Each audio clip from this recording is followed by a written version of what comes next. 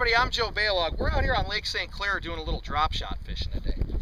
This is my drop shot box. This is a little waterproof stowaway, a 3640 that I keep all my gear in for drop shot. And you really don't need a whole lot of tackle, but you'll see I've got some different weights in here.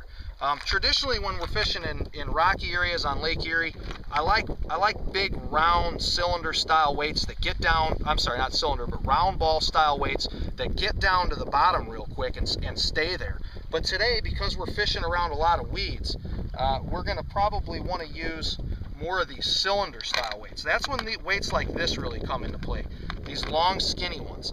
If you're in a situation where there's a lot of grass and your weight continuously gets hung up in the grass, if you'll just make this little switch to these long skinny weights. Now this weight and this weight and this weight, they all weigh the same. They're all 3/8 of an ounce, so they all get your bait down to the bottom real quick.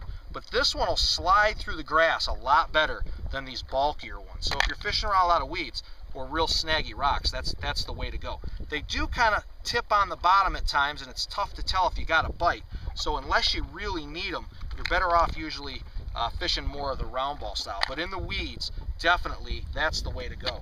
Another quick little tip I can give you for fishing drop shots is when you go to move your boat.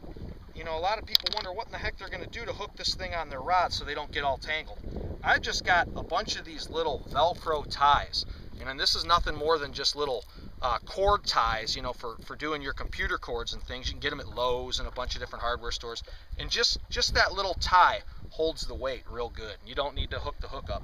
You just put that in that little tie like that, and then when you go to fish, you just untie it and you're ready to go. Cast it out, go to move, tie it back up, it's all set. So those are a couple little tips for drop shot fishing on how to select your weight. Make sure you keep everything in a good waterproof box, but this is a deadly method on the Great Lakes for smallmouth, especially when you fine tune it like that.